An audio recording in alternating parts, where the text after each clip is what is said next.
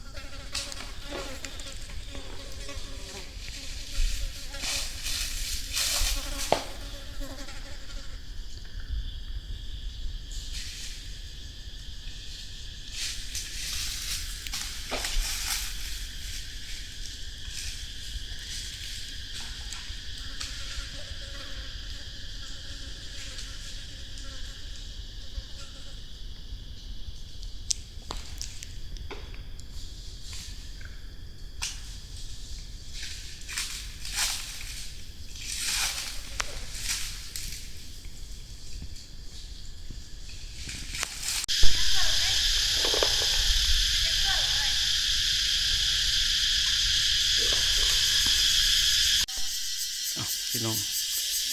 เราเก็บหัวจากสวนมาก็เป็นมาแต่งอยู่แต่งกินน้องจี้กำลังกินเป๊ปซี่นะเก็บง่วงอ่ะก็ขึ้นมาเมื่อกี้นี่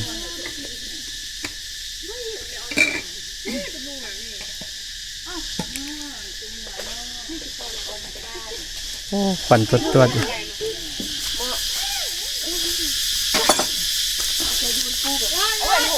ให้จับแต่เลยยุจับแต่ดูยุบันเชียร์ดูทรงดูสิคะอันนี้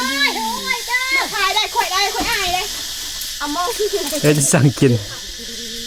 ลบเด้อ ตำมักแตงนอนไม่หากระเตื้อนมาจี ตื่นจะโดนเลย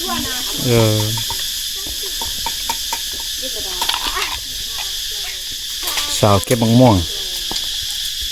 หินมะพร้าว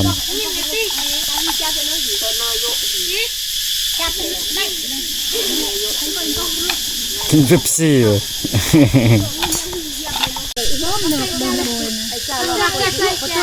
เอาเลือกเพื่อจะได้โชคละเลยนี่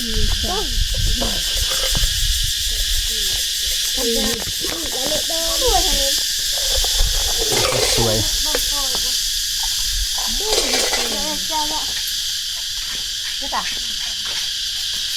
ก็ครัวจนต้องเลยเอามาปอกมาเอารับดิเอาดู